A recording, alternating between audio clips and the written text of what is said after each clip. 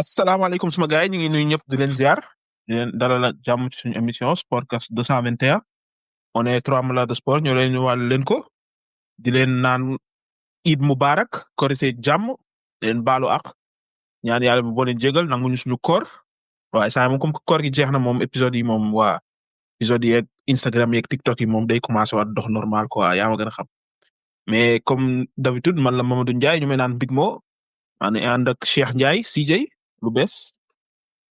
waaw salaam gars yi maa leen di ziare di leen dalal yow Big Mo di la baalu ak yéen tamit di baalu ak ñuy déglu yëpp di ñaan yàlla nangu ñu suñu koor gi su fekkee koy at yu bëri Thérèse maa lay dalal yow tamit. waa ak Mohamed Silla ñu koy naan 13 naka mu. waaw sama gars yi nuyu naa la yéen ñëpp ku ci nekk ci sa tur ak sa sant waaw di leen wax welcome back di leen wax dewan di leen rek xam nga. waaw su ko defee ñu daal di ñëw wax ci championnat yi rek comme niñ koy faral defee lundi ñu daal di commencer ci Liga bi comme d'habitude comme niñ koy faral defee mu amoon quelques matchs yu intéressant waaye nag Liga bi moom li ma ci seetlu weekend bi mooy Barça ak Real ñi ngi commencer sori gars yi xam nga Atlético gañewul Bilbao gañewul Barça Real gagné seeni match ay commencé match Real bi mais waa ji temps yi coup franc lay dugal may wax gars yi di supporter naan lii du coup franc loolu su nekkul coup franc lan la non mais gars yi flop bi top scorer of La Liga top scorer of Real Madrid tey boobu flop saa de su doxee moom musiba am CJ boy bi boy bi dugal na coup franc de wala bokk. loolu yaa ko def coup franc ok coup franc la mais coup franc indirect quand même. waaw ba tey coup franc la rek direct ak indirect coup franc la daal. mais ba léegi dogalagul coup franc direct moom loolu moom mën nañ ko wax. waaw dégg nga coup franc direct ak indirecto coup franc la daal. c'est pas la même chose waaye faa ni ngay caaxaane bu doon coup franc direct su ko dooroon direct ci barrière bi lay dal moom waxante dëgg. ay directo indirecto coup franc la. du bàyyi de du bàyyi de. mais quand même anyway man moom saa affaire bi en fait depuis le début man kon yow laa doon wax gars yi kii nii dañ kaa waroon a bàyyi temps pour mu adapter ci équipe bi léegi nga xamante ni depuis temps sax lañ mën a wax adapté na mi def wareefam mi def li ko war gars yi léegi dañ kaa xaw a bàyyi quoi genre duñ ne flop la duñ ne top la ndax genre lii leen doon xaar ci moom quand même beneen saa te bon. léegi yenn saa yi nii kenn lu ko dese mooy jël équipe bi en main nekk leader genre yóbbu équipe bi jël Champions League bi ndax loolu mais équipe bi moom ma gis moom yenn saa yi nii dafa mel ni pare na bu jël la Liga pare pour jël Champions League loolu laa gis de Ligue des Champions. Champions League ren ji yaakaaruma. man équipe bi ma gis moom dafa mel ni pare na de wuute na yenn saa yi nii wuute na ba léegi am na lu des de moom wuute na ba léegi am na lu des mais. wute naa équipe bi ma doon gis septembre octobre quoi wute na trop te gis naa ni am nañ améliorement moom beaucoup de améliorement même ci match bi fin quoi déjà yaa ngi doon dem ñu leen doon deux ci premier mi-temps kenn xamul ñu def nag ba Leganés am deux bi ci premier mi-temps mais deuxième mi-temps bàyyi ñu dara ñëw rajaxe foofu yëpp Bellingham ñëw déjà top ñëw dugal deuxième bi après Mbappé ak coup franc indirect bi quoi mais Arda Güler quel match mais Arda Güler. Arda Güler gars yi ko war a may temps de jeu bokk gars yi grand jeu la mais 13 moom jarul ñu koy laaj waxi Mbappé ndax moom anyways du nangu fii la war a nekk du mës a nangu to 13 kaay wax ci match bi Mbappé moom jarul ñu koy laaj comprendre ne mooy loolu. waaw match Real Madrid match bi daanaka moo ñëwoon encaissé ñaari bi récupéré waat match bi def remontada comme d'habitude comme toujours rek même Real Madrid mais Madrid moom période yi lay gën a performer quoi moom saison bu commencé dafay ruube voilà moom dafay def le tout pour jóge première place bi def le tout pour di compétir en Champions League mais période yi bu ñëwee rek ñu def dëggantaan def série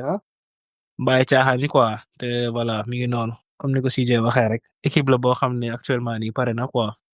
pour compétir ci compétition yu mag yi Champions League moom daanaka dañ leen faa beral loxo waaye Liga yi ren moom dina neex quoi parce que Barcelone kaful de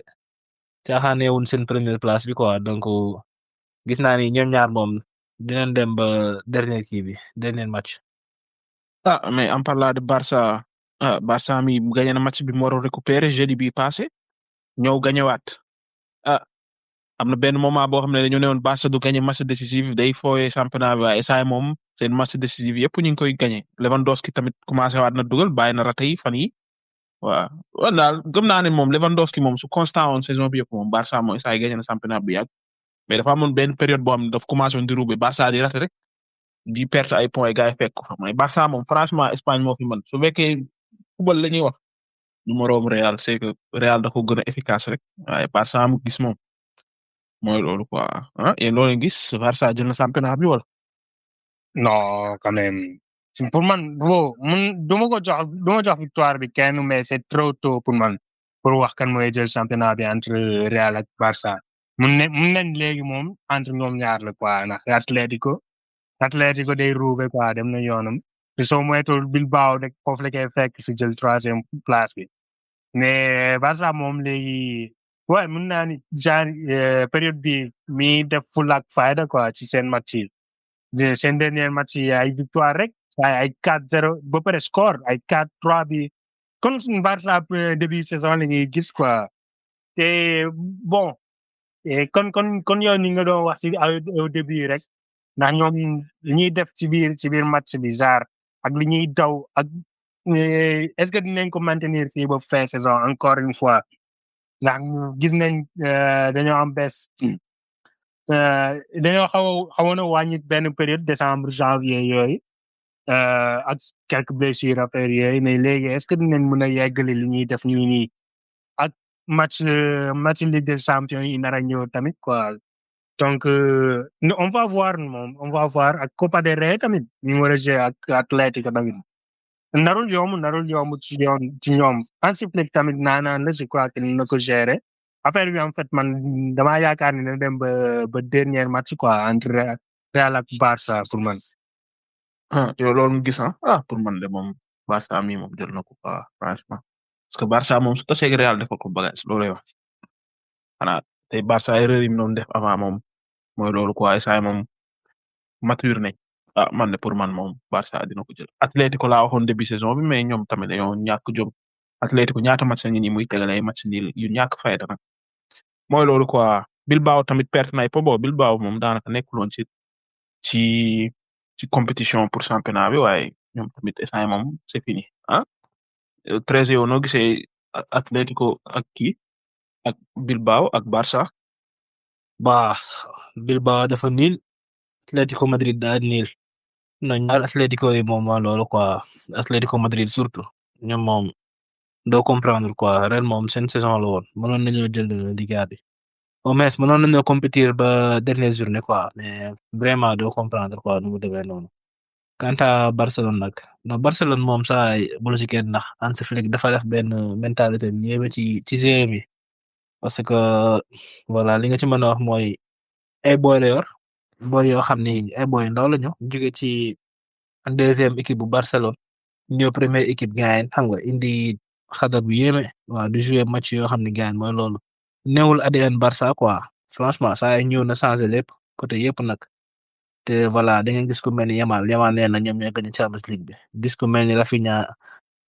déjà mi ngi wax ne ñooy dem final xam nga loolu gëm-gëm boobu ñu am defe naa ne moom lañ amatoon daaw quoi gis naa loolu mooy différence bi quoi parce que ñoom am nañ gëm-gëm ni ñoom mën nañoo gagné lépp déjà boo amee mentalité boobu rek da ngeen am benn plus quoi ci yeneen équipe bi voilà boo amee gëm-gëm bi rek daanaka la fa des day yomb quoi day yomb ak yow mais Barcelone bii ma gis moom temps yi mujj yi moom. wuute na ak Barça bu njëkk ba quoi nga xam ni amutoon mentalité parce que Barcelone léegi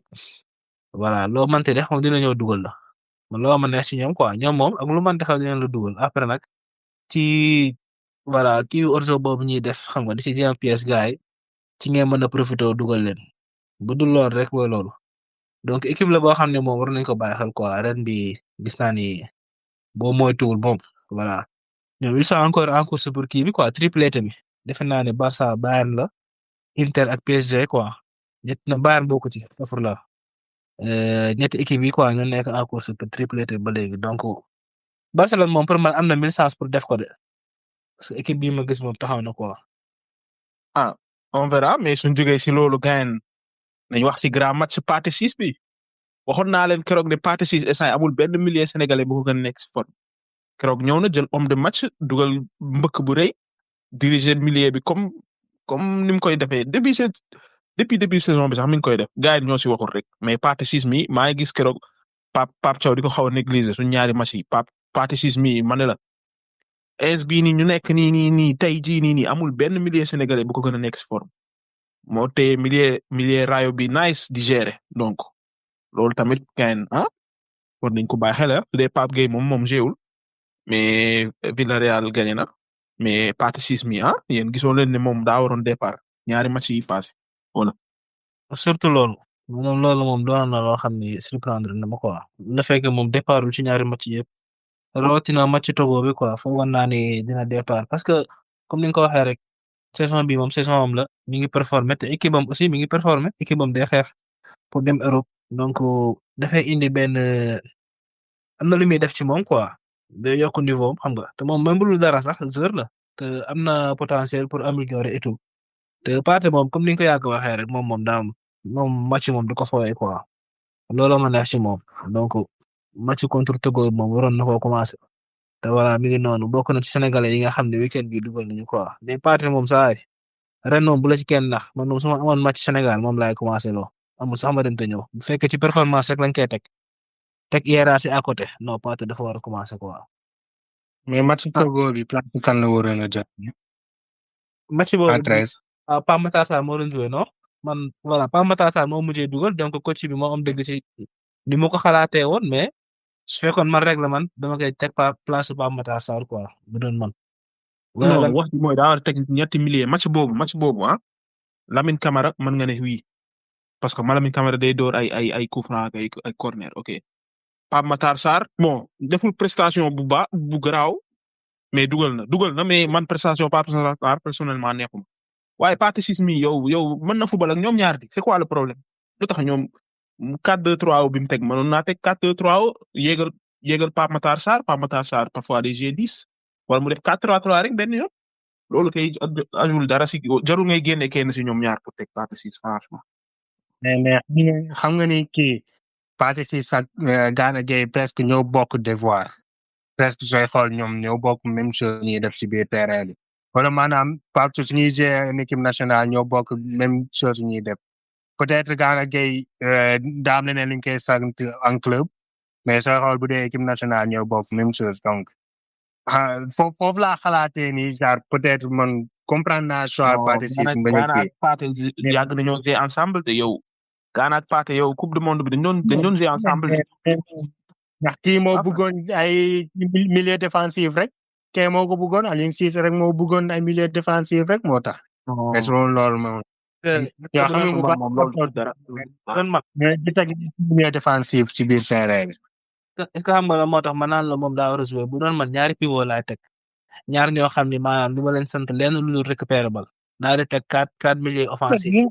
récupérer bal ci match boo xamante ni ñoo war a attaquer. te bal bi ma ne. ba ci contre Soudan sax man ci man moom moo waroon démarrer comme ça nga teg ñaari pivot. mais wax comme si que partie 6 moom day kii partie 6 lépp lay def de. box to box la partie 6 boobu Gana bokk ñu style de jeu de partie 6 lépp lay dem bon. partie 6 moo gën a nekk waxuma style de jeu ñoo bokk devoir laa wax en équipe nationale ñoo bokk devoir. lu leen di sant maanaam. soo leen teg kenn ku ne moom sooy seetlu ñaari match yi ñu joué en équipe nationale wute na ak match yi ñu joué en club xam nga ba xam ni nga ko seetlaan déet. waaw mais ñoom ñaar suñu àndee di football kenn ki day def récupérateur keneen ki def box to box. bokku nag suñ xam nga soo ko tegee partie 6 kese il faut mu am kuy défendre donc day défendre mais soo ko tegee Gana Gueye partie 6 day yéeg comprendre day yéeg mënoo joué ak ñaari récupérateur kenn ki mooy nekk récupérateur te partie 6 moom Rayo Vallecano box to box lay def moom day yéeg di wàcc comme genre ni Bellingham di def Real rek day yéeg di wàcc di créer action di démarrer action yi lépp lay def box to box la noonu lay gérer de. amal la ma neex mooy du nangu kenn romb ko te yow gis nga suñu ñaari boy contre Togo gaan milieu bi la nekk di ngeen xamul Eh, bon Pape Matar non Sarr man bii bee tax gars yi mais def suñu waxante dëgg rek. ñoom ñaar ñëpp koy defuñu ko mais man moom bu waxuma ni moom participer na nekk lu def nga nim saison mais pour man moom comprendre naa Pape Thiaw ndax entre Pape Gueye entre Gana Gueye ak Pape Thiaw la woon ak Tegal participer la waroon a choisir pour man loolu la sama gis-gis nag laay wax te même Gana tamit mi def nga nim saison te aussi ak blessure kii bi Gueye Pape Gueye bi doo munoo woon a xam ni kii soo tegee Pape Matar Sarr ak Lamine Camara genre prestation yooyu ne lay indi quoi xam nga donc genre man mun naa ni ñaari booy ñoo waroon a parce que jom am fulla ñëw imposer mais gis naa ni kenn si ñoom ñaar bu dee match yi di ñëw bu dee nii lañ koy jàppee moom xam gis naa ni duñ départ kenn si ñoom ñaar moom du départ donc moom lu mu wóor te benn instant tamit John Lopy tamit mi woon ci biir ci paa mi moo wax nga xamante ni mi def saison bu yéeme fait Ligue espagnole tamit. xaaral ma tendre la pièce foofu quoi yow gëm nga ne football continuité la waaw wala déet. comme waaw of course bien sûr. léegi yow imagine toi nga nekk club di performer yow boo ñëwee équipe nationale mun la tegoon est-ce que doo gën a performer lu mel ni équipe nationale nga xam pas de nu mel man gis naa ne ak lu manti xew boo ko tegoon place kenn si ñoom ñaar parce que Gana Gueye moom day jouer sama milieu man actuellement nii benn may wax ak yow nii Gana Gueye day jouer sama milieu. Paate man gis naa ne def plus que ñaari boy parce que continuité bu mu am saison bii performance yi muy def saison bii no amul beneen Sénégal bu koy def ku dul Gana Gueye en club amul keneen ci milieu yi. leer wax nangul naa la. non saa kay moom su ko tegee si yoon rek moom parti si ñaari match yëpp daa waroon départ ndax ni muy performer xanaa Gana nga mën a wax moo Gana ñoo fi gën a dox ren mais à part Gana moom même jamono ji sax Gana début saison la gënoon dox instant mi parti si jamono ji ñu nekk nii moom mooy milieu terrain bi gën a nekk si forme Sénégal te départul benn match loolu moom du yoon franchement loolu moom du yoon mais bon. Agal bon kii tamit derby Séville Betis contre Sevilla Betis ñoo gagné 2-1 kii Youssouf Sabaly def prestation bu mag def passe décisive Isco tamit def passe décisive waa derby boobu kii gagné ko waa Betis gëjoon naa gagné derby Séville sax xaw ma ñaata at a ngi nii gëñoo ko waa kii tamit CJ Sabaly tamit gagné Sabaly li ñuy def moom ñëwaat Sabaly gagné li muy football temps yi mi football tay el boobu mook Anthony ñi football neex na peut-être yow déggoo nag saa yi Anthony man musuma ko gis Man United mu naan day ñëw di jàppale défense bi quoi léegi Anthony day ñëw sax di wàcc di jàppale affaire yooyu ci fin temps bi noonu non mais Betis Séville bii nag saa yi pour ñu ko dul suivre pour ñu bëgg seetaan football neex leen dem leen seetaan kii Betis Séville bi ndax temps yi ñoom lu ñuy football leer nañ Fornals Isco Anthony foofu ci digg bi saa yi ni ñuy neex la ñuy diriger kii milieu terrain bi te Sabaly tamit chapeau Sabaly moom diñ sonn di wax ci ay mbiram moom wax dëgg yàlla c'est vrai nag peut-être moom carrière am lay sóoraale affaire yooyu mais ñun moom soxla nañ ko quoi vraiment équipe nationale soxla nañ ko nation bi yëpp United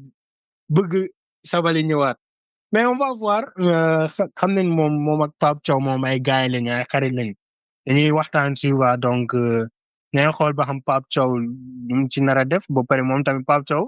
moom il est objectif quoi donc suñu Sabaly ñëwee ne ko man sama carrière laay xool nu may def ci club bi ba jéem a yéeg affaire yooyu dina ko comprendre te ñun tamit nañ ko comprendre nañ dem ak compréhension rek am ni saa carrière affaire bu gàtt la tamit vite fait lay def pas nga ni sa carrière jeex na tamit donc loolu tamit foo ñu nangu ko choisir ñëw bañ a ñëwaat équipe nationale. waaw comme baax na man moom bëgg naa ñu ñëw ndax man latéral droite yi may gis jamono ci Sénégal moom mooy loolu quoi su dee gauche bi sax mën nga ne El Hadj Malick su ñëwee moom gauche bi zéro na waaye fee moom droite bi moom soxla nañ Sabaly franchement. Krépin Diatta mi ngi koy de. Krépin Diatta boy balaa may Krépin dee Diatta rek gars yi naan du latéral waaye mi ngi koy non gérer de. Krépin Diatta xam nga lan mooy problème bi bu njëkk man dama doon naan mën naa attaquer te mënul défendre mais jamono ji contraire jamono ji day défendre lu leer mais su yéegee day yàq rek mënul centrer mënul pa temps yi moom défense bi moom foogoon ne moom mënu ko sax temps yi mi ngi koy gérer waaye kaw ga def ko fa tous soo bëggee dégg keroog match bi ni ma ko jéppee heure bu yéegee gars yi di yàq suñu bal yi non saa kay moom Sabaly du moroomam de dañu wante dëgg Sabaly du moroomam Krépin Diatta franchement waaw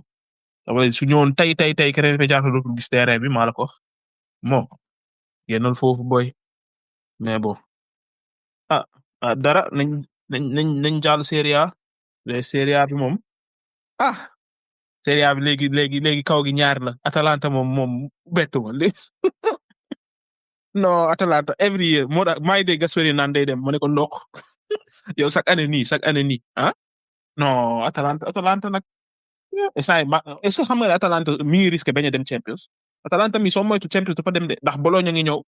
Bologna moo nekk 4e Juve ngi ñëw Fiorentina ngi ñëw baax na Atalanta ngi naan yaa ci boole Fiorentina nii. Fiorentina moo ko door di. Fiorentina moo ko door di. waaw nooy ñëwee ci Fiorentina yi topp ay Roma ak Lazio yow non bu dee nañ waxante dëgg moom mais bu dee 4e place bon 3e place bu dee bëgg a yóbbu foofu Bologna ak Juve rek ñoo fi mën a jël 3e place bii di Rome bii di Lazio moom pour man moom dañoo sori de trop. bon Atalanta boy 2 points la rawee Bologna 3 points la rawee Juve baax na. waaw loolu ñoom ñaar ñoo ko mën a jël. mais Roma 6 points Lazio 6 points Fiorentina 7 points sori wuñu de 8 match si des 8 match lu ne mën naa xew boy.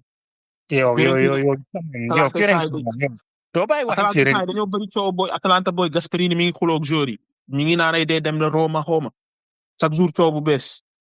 bon baax na Atalanta mi ma gis dina lu ba moytul 4e sax ju ko jël bon foofu daa jaxasoo de lu leer laa la wax yow nan ngay nekkee coach ci benn équipe yow pareegoo si équipe bi naan di wax ay waxi Rome xawma naan ay bii mooy sama dernière année xawma la moo tax Ranieri génn na ne ko yow déwén doo entraîner Rome noonu la ko waxee ñun décidé waaye Ranieri moom xam na ne day dem waaye nee na moom décidé guñu koy entraîner Rome donc yow soo waxee ne da ngay ñëw Rome da ngay wax lu la neex noonu de la ko waxee Ranieri moom daa sadik non Atalanta nañ wax de dëgg mais il est temps ñu changer coach vraiment ñoom depuis kañ kay saay ñi ànd ak Gasperini c'est vrai jëlee nañ leen benn niveau yóbbu leen beneen niveau mais fii la mën a yem quoi dañoo war a changer entraîneur gën a yokk niveau bi nag. boy Gasperini fii li ngeen wax ni ànduma ci de man li ma gis mooy comme ni nga ko waxee jëlee na leen 2e division daanaka ba ñu jógee 2e division période boobu dañ laan xeex pour bañ a wàccaat Gasperini ñoo gaañ établir équipe boo xam ne dafay compétir pour Europa League lañ commencé. kenn weddi ko mais cycle bi jeex na. waaw du ma ne cycle bi jeex na de man Atalanta bii ma gis man je trouve que ni ku mel ni Inter Napoli Juve dañoo am plus que Atalanta quoi pour xeex pour championnat bi man gis naa ne championnat bi voilà comme li nga xam ne moo xewoon commencement bi rek ku mel ni Inter ne fii di nelaw Atalanta ñoo jël ko là oui mais bu fekkee équipe bi taxaw nañ carrément di compétir non gis naa ne am na luñ ko ëppalee quoi peut-être nag. d'accord pour man Napoli effectif Atalanta bii nii moo tane effectif Atalanta bi de kii ay déggal effectif Atalanta bi moo tane effectif Napoli bi de. Atalanta kay moo tane bu Napoli moo ko gën kay. Inter rek moo fi gën effectif Atalanta Italie soo bëggee dégg. waxoon naa leen ko ngeen naan ba seetaan bi dugg na fi génn fii. ak Juve peut-être. Inter ak Juve. mais même kii sax non Napoli déggal astafurlah Atalanta maanaam boo bëggee dégg man ren comme ni ma ko waxee rek gis naa ne Inter moo doon fakkastalu carrément mu ñëw jël titre bi mu profité ko jël ko parce que amoon na chance bi mais moom moo nelaw bu ñu waxantee dëgg parce que jige woon na Inter daanaka Inter ba muy ne fi gaan di perte ay points Atalanta équipe ndaw la am ay Venezia ay équipe xaw ma beneen équipe xaw ma kan la xaw ma Lecce la xaw ma kan ñuy tegale match yooyu di niin foofu lañ ci pare quoi boo bëggee dégg en plus kii Lookman bi xaw na fi ñu ni deet Gasperini génn moom day bàyyi année bi peut-être tamit timing bi moo baaxul quoi déclaration yi mu fi def nii et tout mën na xaw a yàq kii bi waaye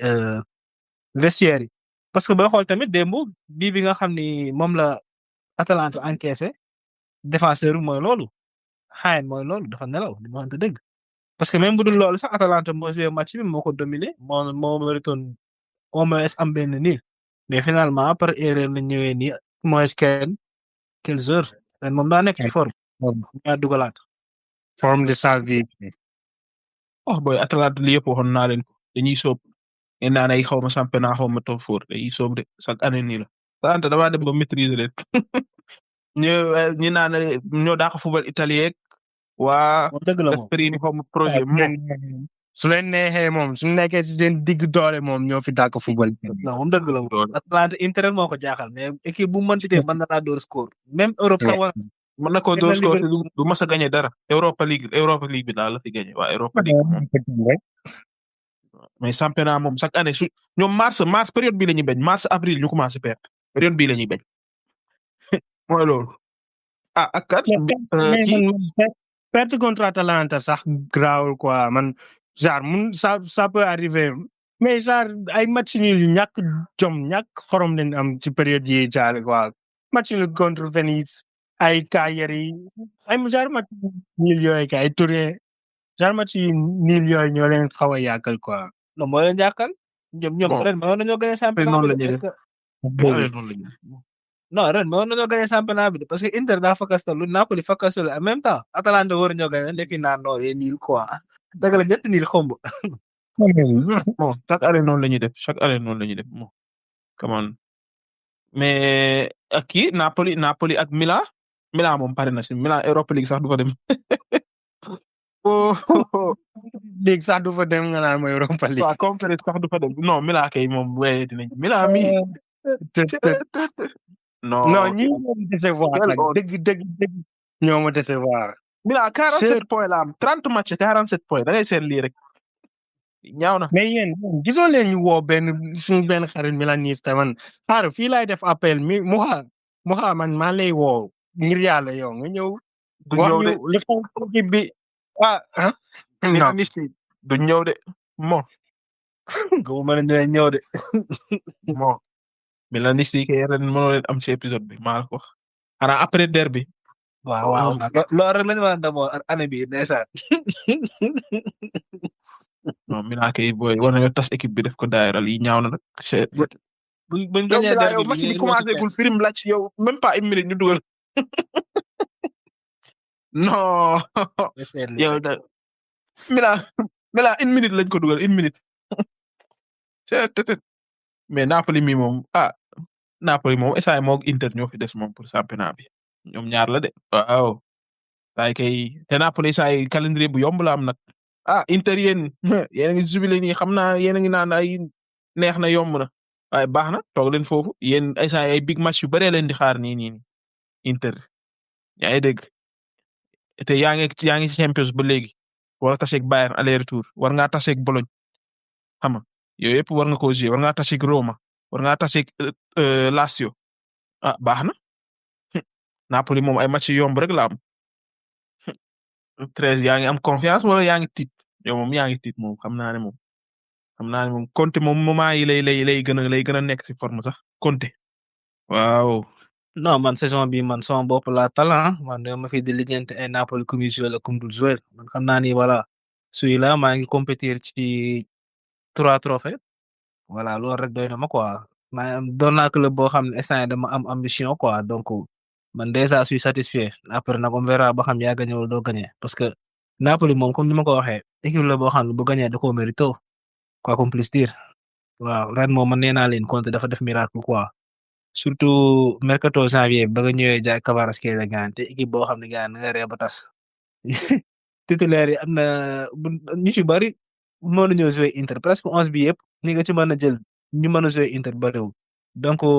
coach yu mel noonu bu ñëwee gagné championnat bi da nga naan dara félicitation loolu rek ngay wax après nag voilà lii moom moo ci neex comme ni ko Sidi waxee woon rek affaire daa war a dem ba dernière journée mu am tuuti compétition affaire yi neex quoi am tuuti suspense mais ñoo nii rek comme daaw nga ñëw gagné teel a gagné noonu neexul quoi man daal loolu laa ciy wax mais lu may dox di tiit laa xamul man Inter laay supporté te Inter mi ngi joué voilà mi ngi compété. yow démb defoo tout football fu tous ñaar ñi nga gën a bañ ñoo la si génne Arnautovic ak Frattesi. bizarrement. lii de mooy temps yi waaye dinañ ñaar yi nga non xam ne mais léegi ñoo fi gën a scarce ñoo fi gën a ñàkk xam dara mu génne la. saa lii mooy lay wan ni gars yi dañoo efficace même su fekkee ne ni gars yi titulaire yi dugg kii football. ah bon mais léegi nii la ñuy soog a efficace de lañu waxante dëgg rek te voilà non Inter moom daaw booy xool comme ni ma koy waxee rek saison daaw bi dañoo teel a ñëw teel a compétir teel a ñëw def fa la fayda gagné deuxième étoile bi parce que loolu moo doonoon objectif bi mais ren objectif yi moo bari quoi Inter dafa bëgg a compétir pour compétition yëpp léegi nag loolu mooy waral ni joueurs yi nga xam ne moom lay Inzaghi di teg à chaque fois dañuy dem ba ci biir saison bi ñii di blessé ñii di ñàkk a performer ñii blessé waat encore donc defe naa ni ren loolu moo ñu gën a sonal quoi mais voilà instant yii nii boo xool trêve international bi daanaka dimbali nañu parce que joueurs yu bari moo loolu jotuñu woon dem ñi nga xam ne demoon nañ aussi dañoo mujjee retourner parce que dañoo blessé woon donc équipe bi gis naa ni mi ngi commencé soudé waat ndànk-ndànk am nañu ay manquant mais ñooñu tamit bu ñu ñëwee affaire day gën a dox rek ah loolu laa gis quoi. ah boy Inter mi daal yow daal war nga fee viser ak kii bi mag yëpp te yaa ngi Champions bi war a kii Napoli moom day focus rek pour man de Napoli moo koy jël AS bi nii baax na nañ ci dem rek mais CJ noo gisee suñu coach bu bees bi gaañ légende de la Juventus Igor Tudor waaw saa moom noo gisee premier match bi saa moom gars yi daa mel ni efficacité lañu woote. waaw mais yenn saa yi moom saa trop tôt pour di ko juger moom wax dëgg yàlla. CJ non xam nga yéen sax keroog dama leen kaa fàttee laaj noo leen gisee décision yi boobu ñoo leen ci yow pare ngeen di soog wax ci Tudor. man moom nangu ma ci pour ñu dàq ko nangu waxoon naa ko fii keroog waroon nañ bàyyi amul benn sens ñu dàq ko léegi heure bii surtout man moom d'accorduma ci mais c'est vu que c'est déjà fait moom kenn mënu ci dara moom quand même genre waxoon naa ko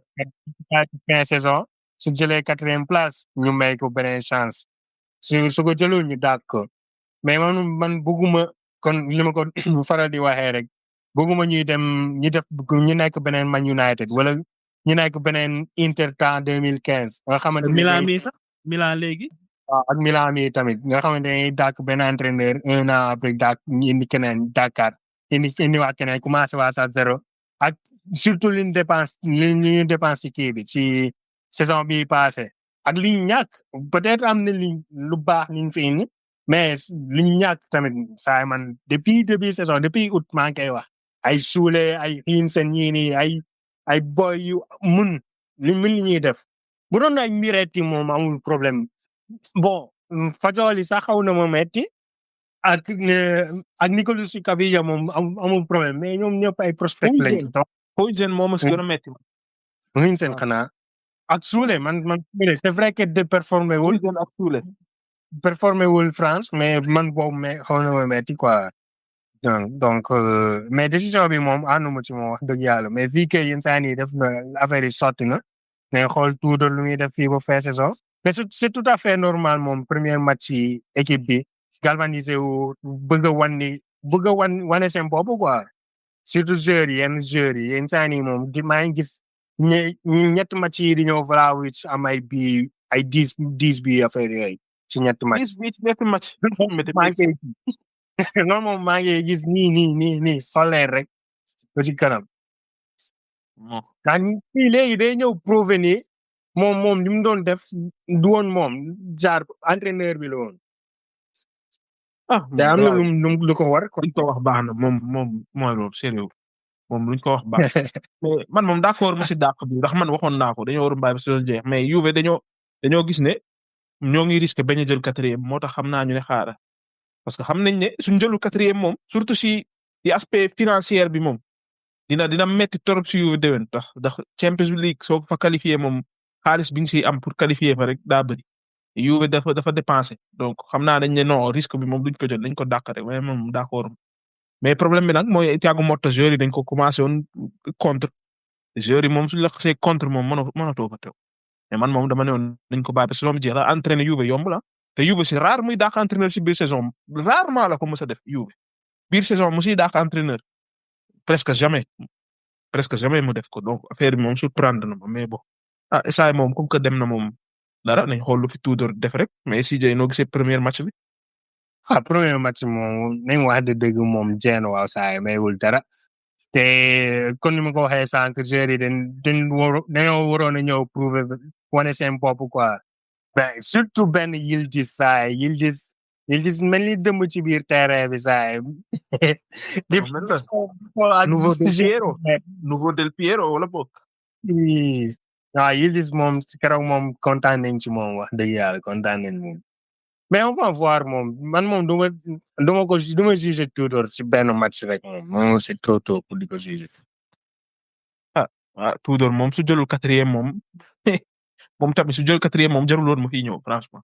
daax entraîneur pour ñëw te jëloo 4e moom mooy loolu waaye Bologna mi ma gis te comme ay jinne non Bologna mi man Bologna ren lañ gën a aay ke daaw sax yow Bologna perte sa 2 meilleurs joueurs Calafiori ak Zirkzee ba noppi gayen changé entraîneur ren nga ñëw gañ a dox man Bologna ñoo ma jaaxal. Italiano mënul tàng Thiago Motta aussi. non loolu kay du question italiano parce que daaw tamit doon nañ ko bal waaye question que ñoom dañoo kii rek dañoo déggoo joueurs yi déggoo rek. coach bu bees ñoo nii nekk à l'aise. attention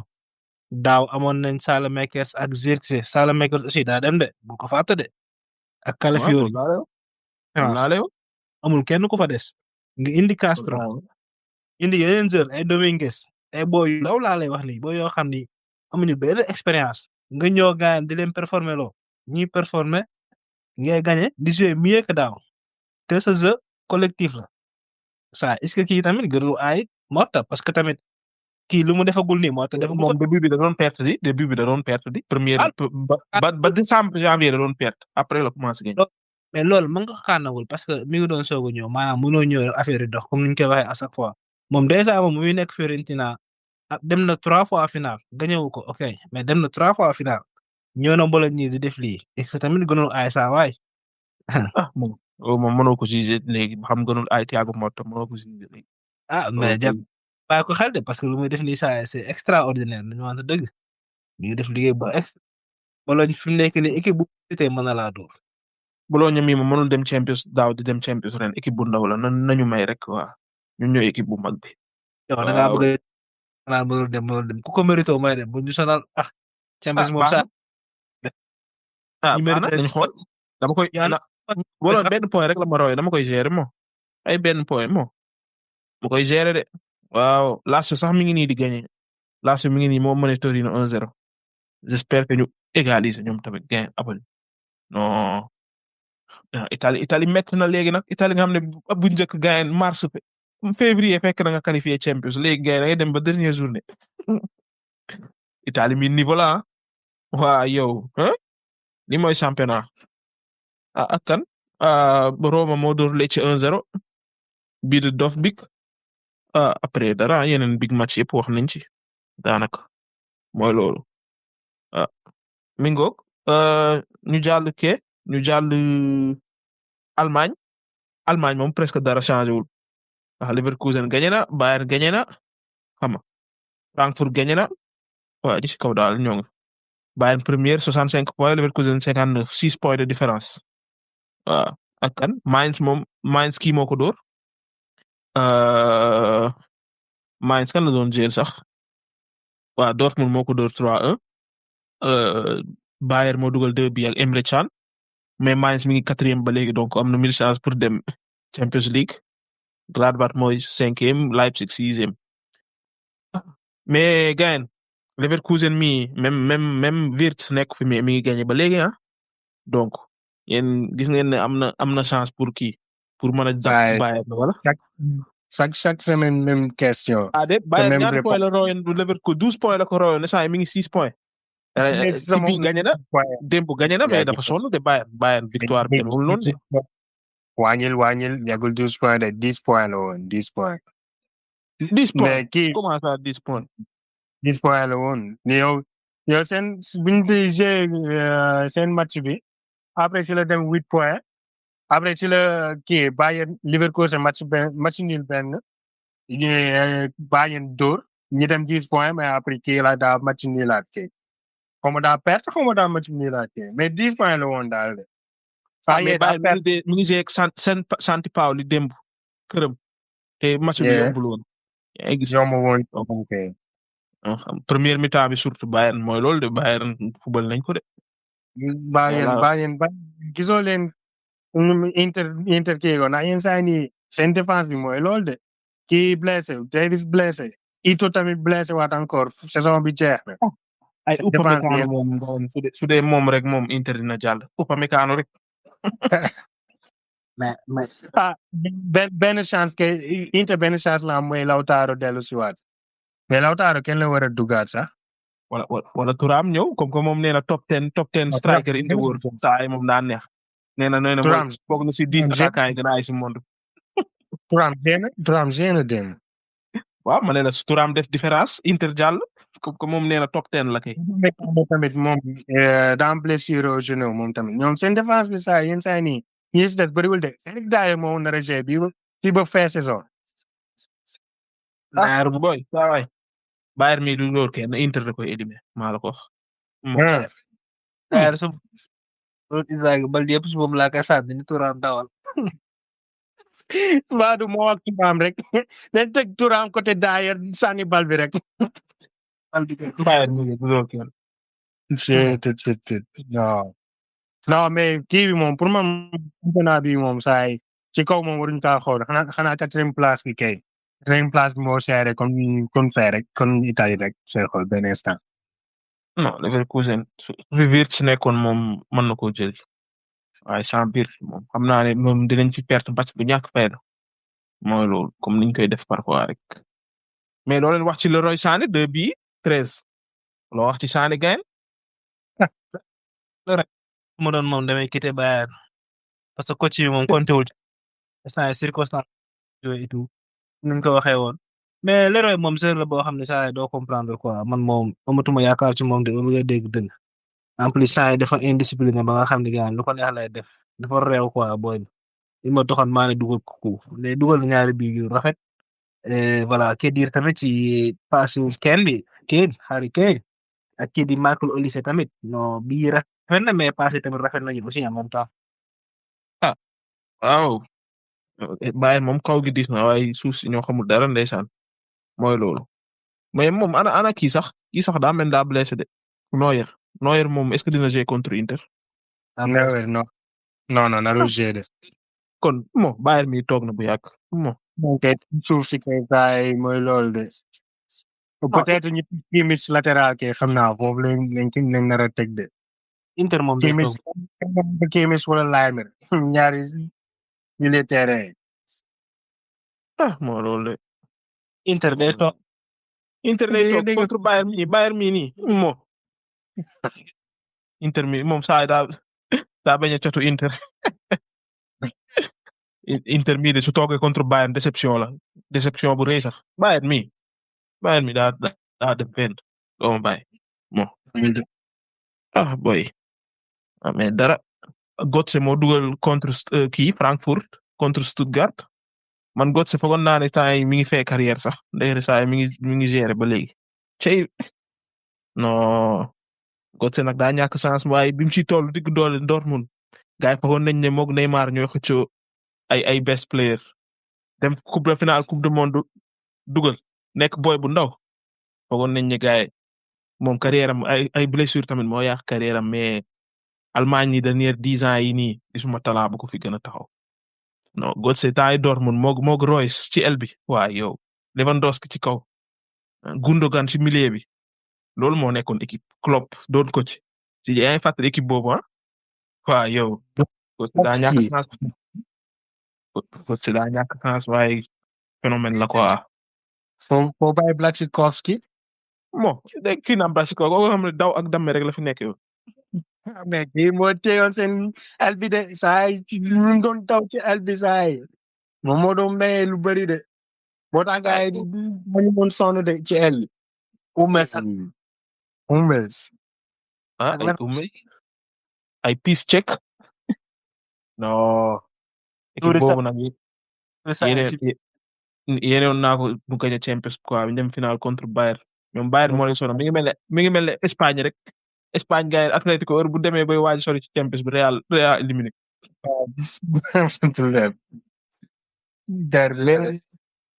su dee France moom non mais est-ce que xam ngeen ne PSG benn victoire moo ko dese mu gagné championnat bi non li ñaaw na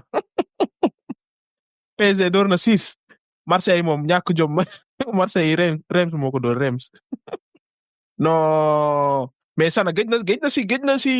podcast bi de nu mu fa demee noonu moom ah saa yu ñu dooree Marseille kenn du ko gis kenn du ko dégg saa waay tamit. man moom waxoon naa ko kii ba fin saison moom damay maanu ci Marseille man Marseille depuis août maa ngi wax boy kaay di ma déglu biñ ne Paris moom biñ leen dooree moom biñ ne Paris gagné na laa ne bàyyi naa Marseille maanu naa ci dootuma wax ci moom leen yi wax moom wax leen waaye man France benn équipe rek laa bëgg wax yéen saa nii soo leen wax leen ba pare ma ñëw wax ci. non boy PSG 21 points la rawee deuxième 21 points 21 laa lay wax de man mosuma gis lu mel nii tant Juve doon gagné championnat Italie di ko dominer sax man gisuma lu mel nii ay 21 points d'écart ñaaw na trop kenn mosu koo gis quoi mais ana ñu ne woon Marseille day jël gagné championnat bi ah nañu ko fi waxoon de. Monaco sax raw na ko ñun saa yi. non li ñaaw na nag mais PSG mi moom gagné ni muy gagné yomb na trop PSG gagné Saint-Étienne daa ñëw 9e minute dugal ñu ne xaara deuxième mi-temps bi la PSG ñëw di jënti match bi fat 5 bii xola ci même pas 20 minutes la dugal 5 bii PSG mi mais PSG mi temps yi gagné ni muy football rafet na de mais Désiré Doué quel joueur mais 13 Désiré Doué mi joxuloon Neymar booy bi Neymar la may jox de. bii mi dugal gaañ yomb na trop. xanaa da ngaa namm Neymar yow. Neymar bi yow trop. booy bi Neymar la may jox booy xanaa gisoo ko ni muy dribbler di contrôler bal bi waa yow. en tout cas moom ça se voit que Neymar mooy idéal parce que lépp li Neymar def rek moom lay jéem a répliquer moom loolu moom noonu dama koy wax quoi booy moom voilà. non zone la bu intéressant nag 19 ans rek la am na talent trop. football boobu léegi moom daanaka joueurs yi mel ni Doué ay Fekir gars yi du leen favoriser quoi parce que voilà tellement que football léegi daa changé bu dee 10 ans ci ginnaaw moom gars yi dinañ ko gën a coow quoi comme que léegi football dafa changé nag dawkat yi la ñuy gën a favoriser. moo tax booy ma ne dawkat yi kay. nañu waxante dëgg football léegi athlétisme quoi athlétisme rek nga soxla del daw rek li gars yi wax del daw rek amul arrêt. mais boo amee talent yi xoolal Cherki kenn waxul ci moom leer bu doon 15 ans ci ginnaaw club bi dañ koy. Cherki du daw moo tax Cherki du wàcc du défendre du daw du marqué moom daa am technique am rek di wër terrain bi di passe ay passe yu neex mais du kii. xam nga bu doon 10 ans ci ginnaaw da nga koy teg numéro 10 rek ñu ko yow gérer mais comme que léegi mooy loolu numéro 10 existé tout léegi amal ay dawkat ay mën naa la cee limal quelque dawkat yu gaaw yi rek moo tax gendarmerie yi waaw kenn faaleetu leen. non Cherki moom caractère am moo koy yàqal moom daa waane ba noppi moom du marqué quoi du pressing du def dara footballu léegi moom soo dul pressing moom kenn du la teg Messi rek moo fi mën a football te du pressing Messi ak Vini ak Mbappé ñeneen ñi moom foo ngay def tuuti effort quoi yaa am gën a xam ak Monaco ak Nice loolu lan la woon troisième contre quatrième Monaco ak Nice Monaco gagné 2-1 waaw Lamine Camara départ na presque match bi yëpp le jeu 89e minute la génn def performance bu kii bu am solo Nice mi tamit mi ngi def saison bu baax essay moog Lille ñoo tolloo point quoi 4e ak 5e mais France moom ñett ñoo dem Champions direct 4e bi dem playoff Champions 5e bi dem Europa League 6e bi dem Conference Strasbourg moo jël 6e essay bi moom moo door Lyon 4-2 la ko door Lyon te kii footballul Habib Diarra seen capitaine André Santos mooy 13 André Santos mi nekkoon Chelsea mooy capitaine moo takk capitaine. Strasbourg ba nañ kaa prêté. joueur boo xamante ne nañ kaa prêté. non Strasbourg kay moom ay boy kese fa nekk nag ndeysaan. ñoom dégg naa seen kii bi seen overall age 19 la xamu 20 équipe bi. 21 waaw. 21 ans et 3 mois la. mooy seen average 21 ans mooy seen âge moyenne 21 ans mooy c'est loolu. 23 mois. man kay si ñoom laa bëggoon a wax kay saa ñoom rek France bu dee épisode moom rek laa bëggoon a wax ñeneen ñi ñëpp dañuy bàyyi ñuy xaar saa na ñoom ñen saa nii déjà ñuy en état de forme extraordinaire boo paree si kii bi boo paree seen déjà ñoom ay jeunes rek lañ déjà xam nga boo paree ñoom dañoo déggoo ci biir ak ci biti ci biir terrain bi ak ci biti ñoom te léegi seetaan moom ci seen entraînement yi ci biir ñi ñuy feccee tamit saa suñu dugalee ñi dem ñoom dañu maa neex quoi vraiment ñoom dañoo mun ruube équipe ruube kat ñoo fa nekk ba pare dañuy def leen neex ci biir terrain bi ak dehors quoi dañoo neex a seetaan dañoo neex a topp ñen tay nii tak ñuy yéegaat ñoo amoon période boo xamante ni ñoom ñoo nekk comme par exemple forme ñen tay nii ñuy yéegaat nekkaat am niveau te yéene naa leen dem Europe quoi vraiment même su fekkente ni déwén seen joueurs yu bëri nag ñu fay nekk loolu moom ñëpp xam nañ ko mais yéene naa leen ñu dem Europe moom équipe bi. mais Emmanuel Emega gars yi équipe bi lu ñuy xaar pour jël ko boy bi nuru na ko ay de. non foofu moom booy ñi fa ay bëri na booy ñi fa ay moom équipe boobu moom mooy genre équipe yooyu yoo xam ne Paris Saint-Germain soo moytu moo nar a ñëw jënd booy yëpp xam Paris yooyu lay def non foofu moom dafa bëri ay talent quoi non mais essay moom France moom monté affaire yi kii na de France kenn ku ne si ñoom mën naa jël top 4 ndax essay xola Marseille 49 Monaco 50 deuxième Marseille 49 troisième Nice 47 quatrième Lille 47 quatrième Strasbourg 46 sixième Lyon 45 septième yéen ko leen gis pour yéen kan mooy jël top 4 si ñi équipe yi nekk si kaw. man moom mënu ma cee choisir kenn moo bëgg a dégg parce que niveau yi presque benn la quoi équipe bi moom amoo ko ci favoriser quoi boo bëgg a dégg deuxième ba sixième yëpp ku ci nekk mën na see qualifier que ça soit Champions League Europa League wala Conference League. CJ yow loo gis. non comme ni ko Thérèse waxee de ñoom ñëpp mën nañ see qualifier de Lyon ok même Brest mais Brest bon pour ñoom ce sera un peu difficile. mais Brest fu muy jaar moo quatrième. non pour dem conférence. non yaakaaruma ko de. bu dee Europe laay wax ñoom ñëpp mën nañ see qualifier Europe moom. dem. dara on verra. bon su dee yeneen championnat yi waa kii Premier League amul mais gars yi nañ FA Cup amoon ñeenti match yu neex am na si kii benn boo xam daa demoon série muy entre Nottingham Forest ak Brighton 0-0 lañ def ndax match yi quart de finale yi direct quoi benn match la après demi-finale la ñuy def aller retour Brighton Forest moo ko dóor 4-3 série Crystal Palace Ismaïla Sarr 3 match 4 bi dugalaat na AZ tamit def prestation bu garaaw ñoom ñu dóor Fulham 3-0 su dee City moom coupe yi chaque jour day sori quoi ñoom dañoo am ful la ñoom même suñ doxul dañuy sori ñoo dóor Dortmund 2-1 bii de Marmoush ak Haaland Aston Villa moom victoire bu gaaw ñoom ak Preston moom équipe bu deuxième division mooy loolu mais Rashford tamit ñëw na Rashford CJ sa waa ji Rashford temps yi ni muy football garaaw na de. ne sama waa ji kay mais man newoon naa ni waxoon naa ni su changé jóge Man United dina performer mais yaakaaru woon su ñëwee Aston Villa moom dina performer kon lu mu fiy def nii quoi te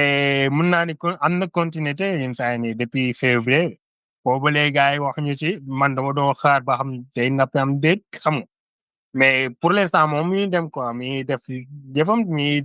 jël ay responsabilité aussi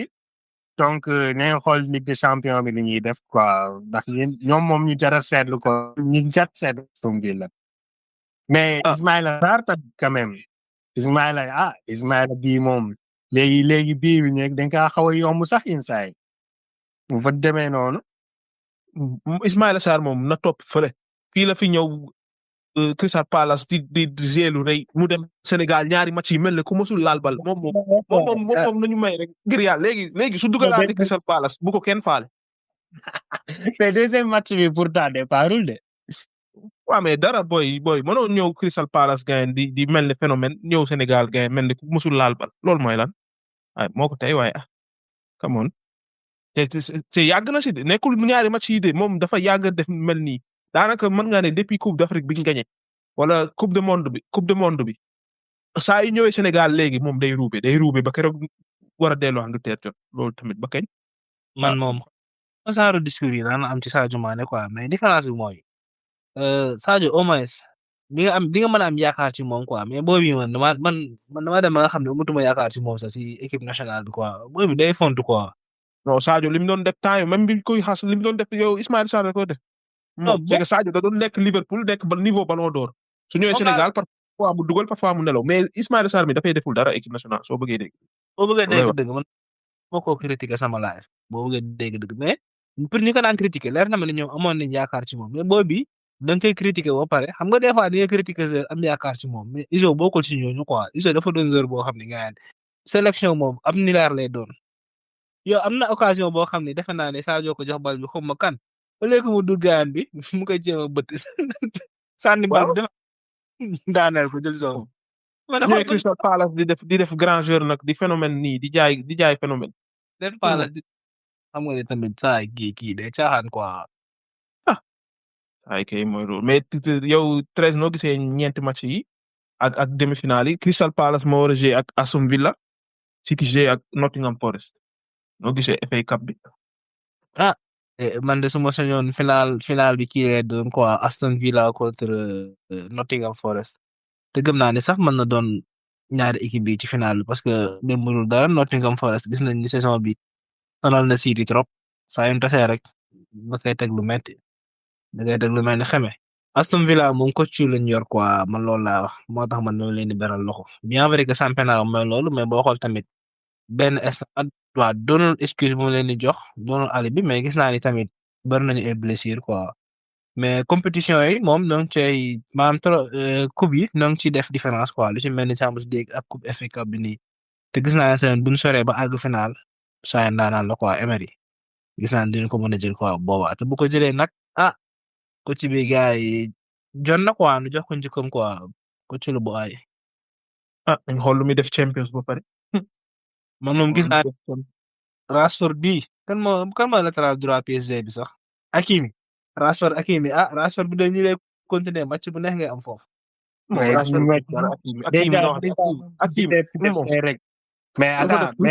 déjà moom su gisee PSG rek beneen niveau la fii nii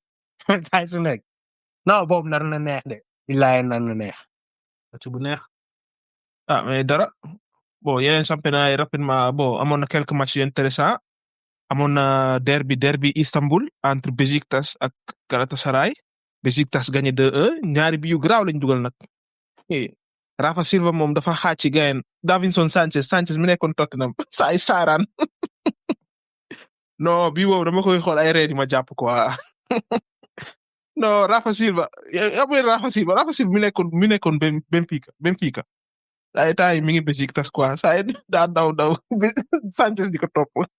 saa ay xaaj ci Sanchez saaraan ba génn terrain bi ma ne laay non boy mais daal ñoom ñoo gagné 2-1 ak kan deuxième bii bi kii moo ko dugal Gelson Fernandes waa su dee bii Galatasaray Torreira moo ko dugal bii bu garaaw boobu tamit fële la toll 30 mètres waaw 30 mètres la toll tel bal ba dugg bii bu garaaw non Turquie moom ñetti équipe yooyu Beşiktaş Galatasaray ak kii moom su ñuy jouer moom day neex ak Fenerbahçe day neex quoi mais pour l'instant moom Galatasaray moo jël première Fenerbahçe deuxième. Hollande tamit amoon na big match moo nekkoon derby première contre deuxième Ajax ak PSV Ajax moo nekkoon première PSV nekk deuxième waa Ajax gagné 2-0 su ko defee essay moom daanaka championnat bi jeex ndax essay Ajax rawee na PSG 9 points te quelques matchs ci des je pense que waa 6 matchs moo ci des xaw ma 7 waa 7 matchs ci des donc Ajax moom gagné na kii équipe bu Henderson bi Henderson gagné na Henderson capitaine. saa waay daa mel ne mi ngi def différence de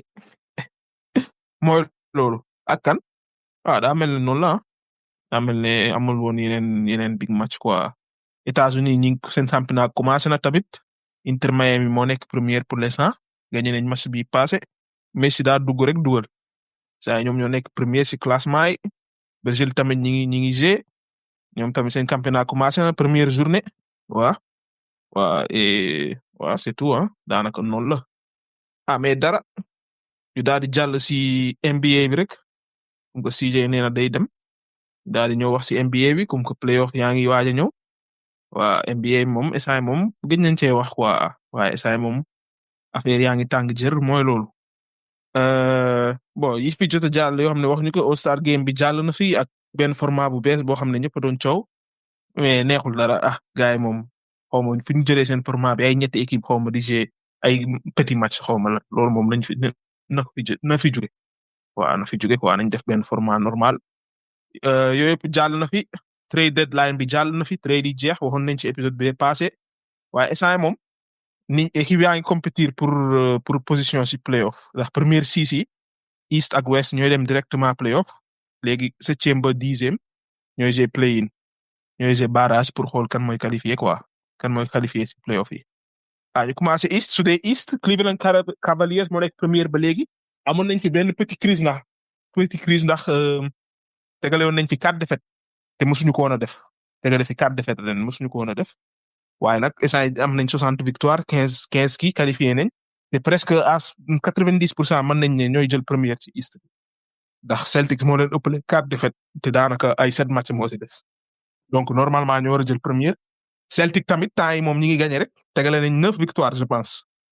temps yi moom ñi ngi forme playoff moom yeew nañ donc ñaar ñooñu moom ñoo nekk si kaw sori nañ ñeneen ñi trop ndax 3e bi Knicks mi ngi si 47 victoires 27 défaites mais Branson daa blessé donc temps yi ñu ngi sans Branson parfois ñu gagné parfois mu perte mais su Branson ñëwaatul balaa playoff yi moom dinañ sonn. Indiana Pacers tamit bokk na si équipe yi gën a nekk si forme SB dernier 10 matchs am na 7 victoires ndax Haliburton moo yeew quoi di jouer lu rëy donc ñoom tamit moom c'est sûr que dinañ jël 4e wala 5e minimum.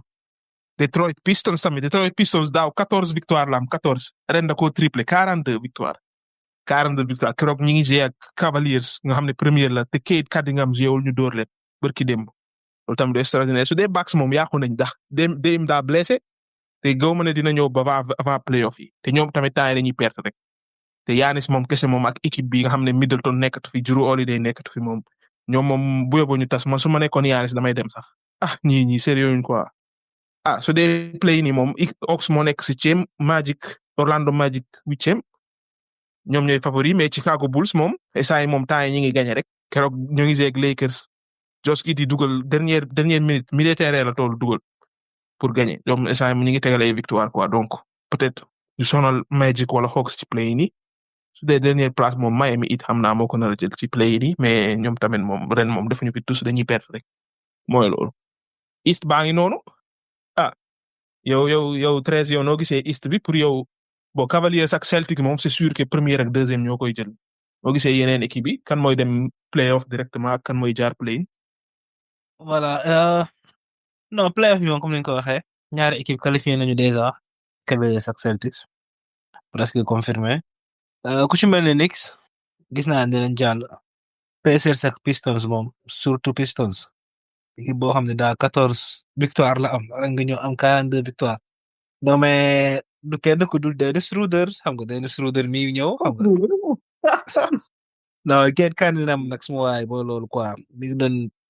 ngi doon def saison bu extraordinaire comme ni nga ko doon wax ci épisode yi passé actuellement nii wala loolu dafa blessé woon mais la équipe la boo xam ni comme ni nga ko waxee rek boo xool ñu nekk ci ginnaawam Bucks ak Lillard mi blessé dina xaw a doy waar quoi premier 6 ñooy qualifié donc on verra équipe yi yeneen équipe yi yan réaction la ñuy def quoi ay Hawks ay Magic. daanaka su xoolee ba wàcc 7e du dem playoff ndax su ci tasee ak Bulls wala Magic moom dañ koy door lu leer laa wax. risque lay jël de boobaa donc daal la mu mën daal mooy mu jéem a qualifié direct comme ni nga ko waxee rek parce que comme que Dame du ñëwaat avant playoff moom voilà nañu assuré quoi jéem a qualifié xam nga lu ñuy def nag comme ni nga ko waxee rek niveau yi moom wàcc na ak doole Giannis request trade loolu nga gis yow. waaw Giannis daa war a dem Giannis yow gañ nga championnat fii kay yow dirigeance bi ay yëfi dof rek lay def yow daaw ñi ngi am entraîneur bu baax mu doon gagné début saison ñu dàq ko. di indi ay Doc Rivers nga xam ne ngeen fu mu dem yàqu moom tamit man moom su ma nekkoon Yanis moom déwén damay jéem a dem benn équipe bu dëgg tax Yanis mi ngi si prime te saa mi ngi jëm mag am na 30 ans ins bi Giannis ba fàttaliku ba Luka Doncic dafay trade ne woon na ni moom bu suñoon européen yi day nekk ci équipe yi mag yi quoi ay Knicks xam nga ay Lakers. joueur bu toll ne Yanis gagne am benn championnat gagne te boobu la gëj a compétir pour championnat 2022 mën nga ne Yanis la gëj a am équipe bu mën a compétir pour championnat loolu jaarul joueur bu toll ne Yanis. Paar bu toll benn kii rek loolu quoi. 76 moom pare na ci. ñoom dama leen a tudd ñoom tudduma leen sax. gars yi dañoo commencé tànk xola dañoo wax joueurs yu baax yaa dañu leen wax noonu yéen noppalu leen quoi léegi nañ teg booy noonu ñu commencé perte au moins ñoom pic bu baax. non c'est yi ñaaw na nag. 76 yow biñ tradé Paul George gars yi dañuy doon wax 76 mooy dem finals. ndekete yoo playoff sax duñ fa dem et ça éliminé nañ leen c'est mathématique kay. mënatuñoo sax dem sax play-in. te mathématique waaw pare nañ ci. ñi kay nañ topp fële. ndekete yoo xamuñ dara. man de su ma nekkoon maa ñoom moom Embiid ak Paul George ñëpp laay trade tey fa max kese wut ay boy commencé waat à zéro ndax ñii nii ma gis moom naruñu dem fenn. Embiid moom joueur boo xam ne chaque année mu blessé. Embiid mosul toog année ba année bi jeex bi mu commencé si NBA ba léegi laa teg de mosul jeex ko saison ba saison bi jeex te blessé wu mosul am xam nga ne kooku boy ñu jël nag seen dirigeant yi nag kooba yi bëgg a dee ñu jël jox ko ngandi contrat bu yàgg la lañ ko jox fii ba 2029 xaw ma 2028 fay ko xaalis bu dul jeex yow imagine joueur boo xam ne yow chaque année mu blessé nga dem jox ko yenn xaalis yi jox ko yenn contrat yi bon NBA nag dafay am ñu ko quoi billaay. c'est que Embiid mënoo kii ci moom mënoo teg ci moom parce que joueur la boo xam ne sérieux wu quoi loolee wax ji boy bi dafa sérieux wu Embiid lu ko neex lay def Embiid dafa yabaate amul benn professionnalisme moom lu ko neex lay def. moo tax saa moom ñoom pare nañ ci moom. mais ñoom West moom moo gën a tàng moom West. Oklahoma City moom pare na si moom qualifié na moo jël première c'est sûr moo jël première East jël West maanaam East ak West su yëpp suñ ko boole moo jël première donc su demoon final moom këram la ñuy jouer dernier match bi waaw loolu moom réglé wu na peese na boor dernière 10 matchs 9 victoires. waaw yow ñii de suñ demul finals moom seen saison bi déception la quoi instant moom ñoo fi daax basket NBA. Rockets deuxième Rockets ñoom tamit dernière 10 matchs 9 victoires consécutives lañ def commencé woon nañ fi perte waaye ñëwaat nañ ndànk seen coach bi moo ay quoi Ime Udoka kooku du ku ndaw. Nuggets moom ñu ngi gérer Jokic blessé woon na fi ñu commencé perte waaye temps yi ñëwaat na moom daa ñëwaat rek ñu tegewaat si action non Nuggets sans Jokic fi Jokic nekkul woon playoff sax duñ fa dem maa la ko wax. Jokic amul morom quoi. non Jokic daa blessé benn 3 matchs 4 matchs gars yi di perte rek ma ne waa kon yéen seen équipe bi seen coow lu bari benn joueur ko non ñi kay mooy loolu quoi. Lakers moom parfois ñoom tamit LeBron dafay blessé woon ñu doon perte avant LeBron di blessé moom doon nañ tegalee victoire waaye essayé na LeBron ñëwaat na sax ñu ngi parfois ñu gagné parfois ñu perte ñoom tam ñu ngi 45 victoire 29 défaites ñoom essayé ñu ngi doon deuxième avant LeBron di perte essayé ñu ngi quatrième mooy loolu mais amul distance bu bari quoi. Grizzlies moom man comprendre ma Grizzlies barki démb lañ dàq seen coach bi te seen coach bi moo leen yóbboon fan yëpp moo yor équipe bi mais dégg naa dafa xuloo ak Morant moo tax parce que Morant nee na xaw ma daa bëgg jouer plus de minutes parce que Morant xam nga ci blessure la jóge te moom Morant moom daa xaw a réew moom tamit coach bi comme parfois da koy bench xam naa loolu xuloo boobu daal moo dégénéré ñu dàq coach bi waaye coach bi ñu dàq moom teguñu ko fenn franchement coach boo xam ne yow bi muy jël Grizzlies ñu ngi ca suuf mu yóbbu leen ba chaque année ñi am na benn année daaw jéeg deuxième lañ jël dem playoff gagné seen premier round bi ak Grizzlies bon équipe bu baax la mais amul yenn phénomène yi quoi nga dem dàq coach bi parce que daa xuloo ak benn jeu. NBA lii tax joueurs yi réew de parce que joueurs yi dañoo am pouvoir da ngay laaj trade léegi ñu trade la parfois nga ne entraîneur bi bëggatuma ko ñu dàq ko joueurs yi dañoo am pouvoir tor moo tax ñoom ñëpp a réew dañoo réew ba dof. non côté boobu. ma ne côté boobu comme ni nga ko waxee joueurs yi surtout star équipe bi dafay am pouvoir boo xam ne daanaka àndut ak coach bi rek dañ koy dàq daanaka ci football booy xool benn Benzema rek moo ko fi defagul na dem Al Ittihad coach kii bi neexoo ko woon mu ne na fa jóge Nuno Espirito Santo mais bu dee basket moom li nga koy gis bari na quoi te coach boo xam ne comme ni nga ko waxee bi mu doon def différence ak Grizzlies xam nga def ko équipe bi compétir benn Morant boo xam ne gars moom it comme ni ma ko waxee ci NBA rek il est pas sérieux nga koy dàq quoi loolu moom on verra temps yi moom dinañu wax kan moo am dëgg ci ñoom ñaar. teguñu ko fenn moom Morant mi nga xam ne gars day ruube rek. musul sérieux. dañ ko réccu de bàyyi leen rek. Warriors tamit bi defee trade Jimmy Butler ba dee tamit ñoom tamit dañuy gagné rek. Jimmy Buckets. Warriors mi moom kuñ taseel playoff moom am nga problème ndax temps yi moom ñu ngi si forme ñoom tamit ñoom ak Timberwolves ñoo tolloo victoire 43 victoire instant Warriors mooy 6e Timberwolves 7e ku ci jël 7e moom play nga jëm. Clippers 42 victoire. ñett équipe kay gars ñu takkaloo. ñeent sax moom góoma mu jël waaw mën na ko jël waaye dina du yomb waaye Grizzlies mii ma gis nga xam ne 5e la jël day wàcc Grizzlies mii day wàcc ndax temps yi commencé nañoo perdre bi mu daaxee coach bi ba léegi dañuy perdre léegi ñoom suñu wàccee yaakaar naa Warriors ak Timberwolves ñoo nar a jël 5e 6e Clippers ak Grizzlies dem play loolu laa gis quoi waaye dina seere de waaye Warriors moom temps yi moom ñu ngi si forme même Timberwolves temps yi dañuy gagné rek ñoom début saison bi lañ daaw doon def dara moo tax moo leen yàqal mais waroon nañoo passé fii bu yàgg ñoom ñaar moom ñu dangereux lañ moom Warriors ak Timberwolves ñii si kaw de ay Rockets ak ay Nuggets yi de kum ci taseel di nga sonn de bala ngaa kii moo tax West bokkul ak East quoi seen premier round yi rek de daanara metti imagine Rockets yow nga ñafe ba jël 2e premier round nga tase Warriors wala Timberwolves loolu lay metti de mooy loolu. 9e Mavericks moom blessure leen sonal bon Davis sax gis naa mu ñëwaat keroog génn quelques matchs waaye comme que Irving nekkatu fi moom Irving moom saison bi jeex na moom Irving moom déwén sax soo moytul est-ce que dina jouer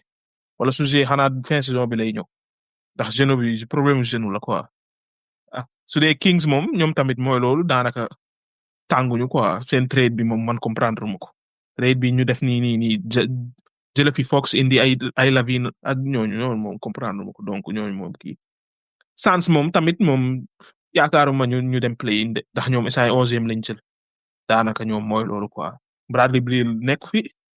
Booker ak Durant moom dañuy ruube parfois ñu g parfois ñu mel ne ñu mësul gis terrain keroog xaw ma ban équipe moo leen door 50 points presque non ñi kay dañuy ruube quoi West Bangok 13 noo gisee West bi. West moom dafa doon côté boo xam ne moom dafay tàng à chaque fois voilà Mavericks malheureusement seen joueurs dañoo blessé donc gëm ni voilà dinañ mën a sori quoi saison ren bi Kings tamit seen trade moo yàq seen kii bi neewoon Suns moom comme niñ ko waxee rek ñoom moom pare woon nañ ci bu yàgg mais playoff yi moom ren nar na neex quoi playoff yi lay xaar de actuellement nii playoff yi neex ngay am. waaw saison bi jeexee tamit dañ commencé joxe kii trophée individuel yi su dee MVP moom Jokic ak SGA ñoo koy xëccoo